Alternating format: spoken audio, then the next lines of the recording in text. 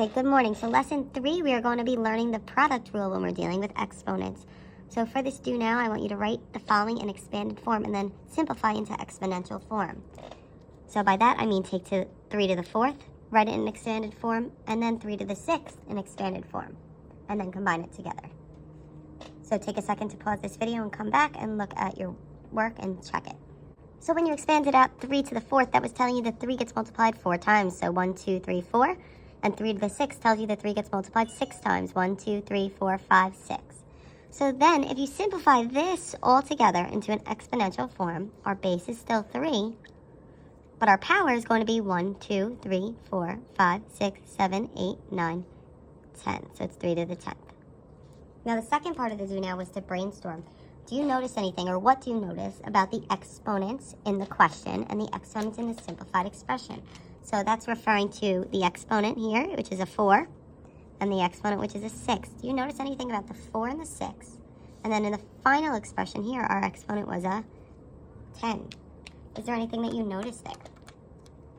Well, something that I notice is that the exponents were 4 and 6 there in my question, and 4 and 6 could add to give me that 10. So that actually brings us into the rule of multiplying exponents. So to multiply exponents, this is our product rule for the powers. So our rule tells us that when we multiply our exponents, if they have the same base, so multiplying powers with the same base, we keep the base and we add the powers or the exponents. So for example, a to the m times a to the n, the base of a stays the same, and we take our powers and we add them.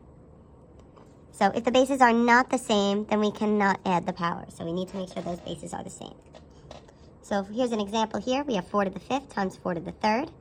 4 is the base for both of them, so we keep that base of 4. And then we take our exponents and we add them. So we have 5 plus 3, which gives me 4 to the 8th power. Then here's an example with a variable. We have x to the 5th times x to the negative 2nd. Our bases are both x, so we keep that x there.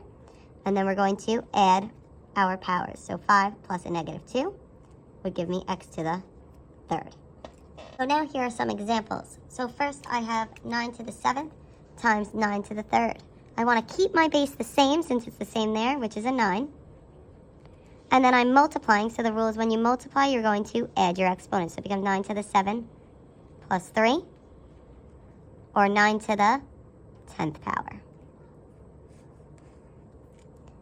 Question number 2 here. I have p to the 2nd times p to the 10th. My base is a p, so I keep it as a p. And then I'm multiplying, so I need to add 2 plus 10.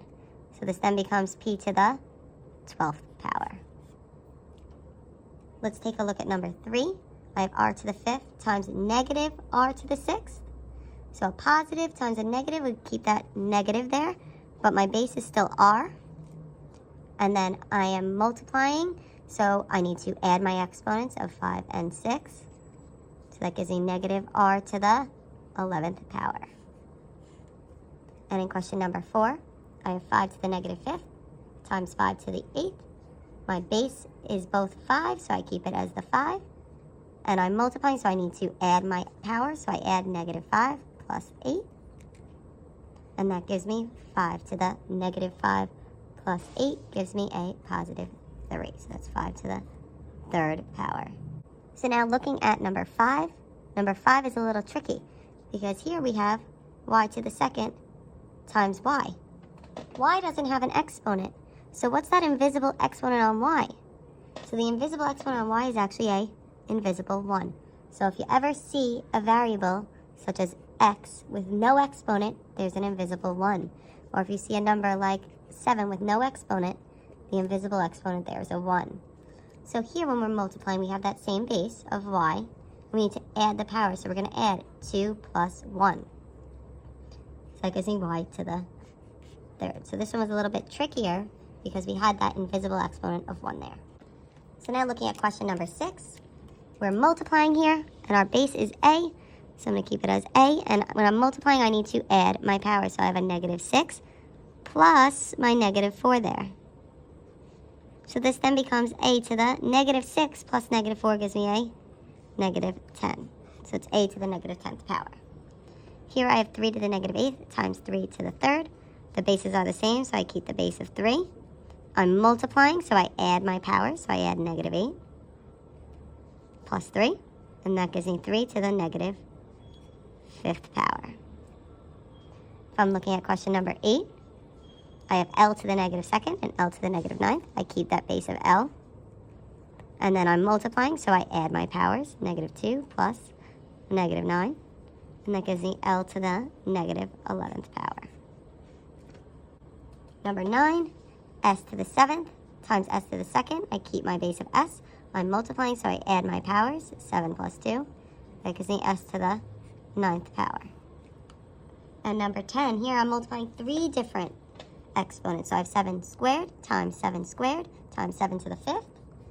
So here all my bases are the same, so I keep my base of 7, and then I add all 3 of these. So I'm going to add 2 plus 5, and that gives me 7 to the 9th power. Now I'd like you to complete 11 through 16 on your own and come back to check your answers. Something that I want you to think of is on the 13. Remember, this b has an invisible exponent, and the invisible exponent on there is a 1 there. Also, look at 15. The y has an invisible exponent. That's an invisible exponent of 1. So then if we look at number 16, we're going to notice that there are different bases here. So we're going to do the ones with the base of 3 together, and then we're going to do the ones with the base of 4 together. So we're going to do those separately. So take a second, try those, and come back to check your answers. So question number 11, we keep that base of 8. We add all our exponents, and we get 8 to the 12th. Question number 12, that looked like a cube. It was supposed to be an a, so I apologize for that. We keep that base of a, and we add all of our exponents, 7 plus negative 5 plus negative 8, and we get a to the negative 6th.